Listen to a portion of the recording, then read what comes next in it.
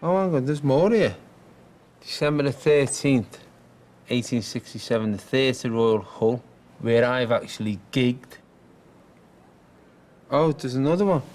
Sam Haig's Minstrels, this clever company of Negro minstrels, entered upon the second week of their engagement in St George's Hall. I've gigged there as well. Wow. Yesterday evening, when there was a very full house, yeah, there was when I was there. And from first to last, the audience was kept well entertained. I can't say the same when I was there. And the songs by Mr. Charles Bishop, Mr. Abe Cox, and Master Pearson were much applauded.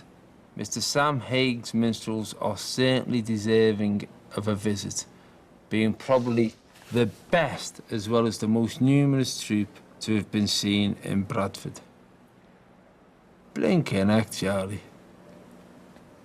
He is in a travelling minstrel show. This is a man who was a boy soldier, who when he gets to his 50s thinks, no, I now want to be part of a Negro minstrel group, because that was it. He got blacked up and sung on the stage. I think that's just unbelievable. I wasn't expecting any of that. I've got to be honest with you. That's just a complete curveball. I had this view of Charles Bishop as a stern. When we before playing his music and getting a view of his life, I had this. I almost thought if he walked down the street, I would recognise him. I wouldn't if he was doing this. Not a chance. I wasn't expecting that. So, boy, well done, Charlie. That's how you live your life. I don't know how I'm going to explain this to me kids. Or me dad.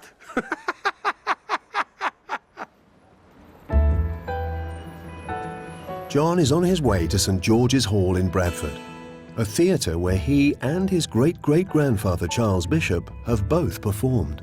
The big thing about coming to Bradford is to take the next link in the chain of Charles Bishop's life, to find out what his life would have been like as this performing minstrel, and whether it was a good position to be in.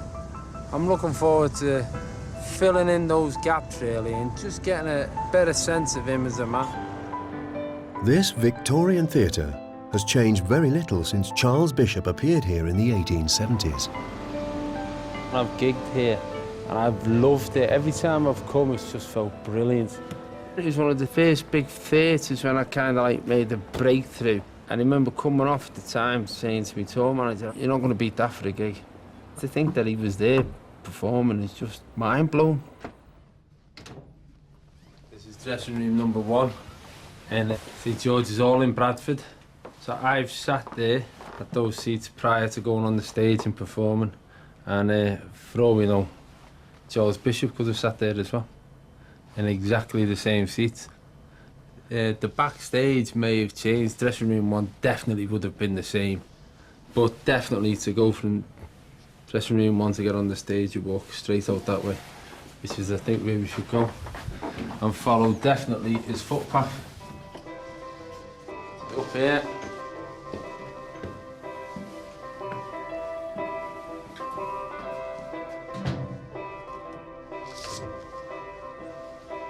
There we go.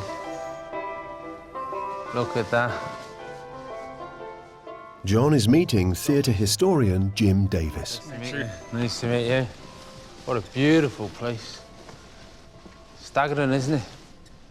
So I believe, Jim, you know a little bit of what my great-great-granddad's life as a minstrel might have been like. What would the show have been structured like? Well, it would have been a good family entertainment evening, first of all, and it would have been incredibly lively. So for Charles Bishop to join a minstrel group, he would have definitely had a black face when he was singing. Yes, and I've got a picture here, which you might be interested in. It's a picture of Sam Haig's Minstrels, and I think you can take this book away with you. Oh, can I? He's probably somewhere in there. Within that picture, the troupe is represented, and he would have been a member of that troupe. So that gives you a bit of an idea of... That's better than some of my tour posters. And he's mentioned in the book as well. In this book? Yes.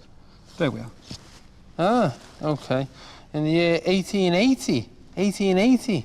So we've still had it in 1880. He was born in 1825. So he's 55 years of age.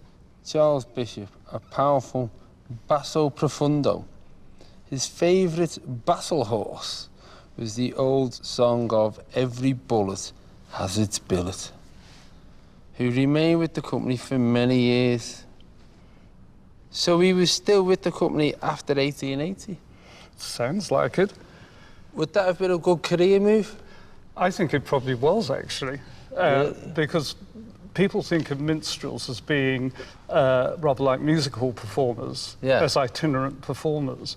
But the best minstrel troupes in the 19th century, the best British minstrel troupes, were actually highly respectable. They were one of the few forms of popular entertainment that clergymen would take their wives and families to. Really?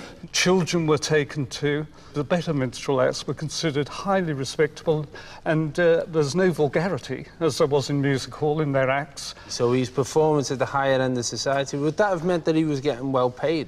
I think it would. It was probably one of the best ways for anybody with singing talent and musical talent to make a living outside the concert hall or the opera stage, so that I suspect it was a much more lucrative profession than working for the church. You might also be interested in this picture, which actually shows Sam Hague's minstrels performing in St James's Hall in Liverpool. And Sam Hague's troupe based itself in Liverpool for many years in the latter part of the 19th century. That may well explain the next stage in my family's heritage, because that's the thing that I've not understood all the way through this process. I was expecting just to have a long line of people leading to Liverpool from Ireland or what. I was not expecting to have a lay vicar turn minstrel, but the minstrel path is what took him to the city of my birth. It was probably a very good place to live in this period. It still is. Liverpool in the 1880s was one of the wealthiest and most important cities in the world. As the British Empire's second largest port, it was the gateway to America and beyond, and had a vibrant entertainment scene to rival London. Its theatres drew huge international crowds passing through the city, who in turn brought musical influences from Italian opera and sailors' sea shanties to Irish ballads and Negro spirituals. For anyone with a love of music, it was the place to be. John knows that Charles Bishop first came here with Sam Hague's minstrels. He wants to discover if this was when the family put down roots in Liverpool. He's come to the Victorian Playhouse Theatre to meet local historian Frank Carlisle. And I have a couple of playbills, and here they are. This was the most-see show in Liverpool. And you had a full orchestra, you had up to 60 chorus people, so it was a very spectacular event. It's also Messrs Ferguson and Mac in their Irish eccentricities. So they might have been the first river dancers. We don't know, do we? We'll never know. They could have started, that might have been their Irish eccentricities. It's also here, Professor Evans and his wonderful performing dogs, goats and monkeys. Yeah, well, I'll just show you them, John. They're up at the back here, you know, they'll all come out. But exactly, this is what kind of a show. So it was a proper family show? It was family orientated, and everything was geared up to entertain. And if you have a look, just there now, see? Oh, bass song, rocked in the cradle of the deep, Mr. C. Bishop. Special attention performances on New Year's Day at 3 o'clock. Well, this is it. It was a matinee. You know, there was no holidays for these people. They must have been absolutely shattered. This is the way it is. It just is, though. You're working when everyone else is out. But that's obviously the life he chose. Yeah. How long was he with Sam Hague's group, do you know?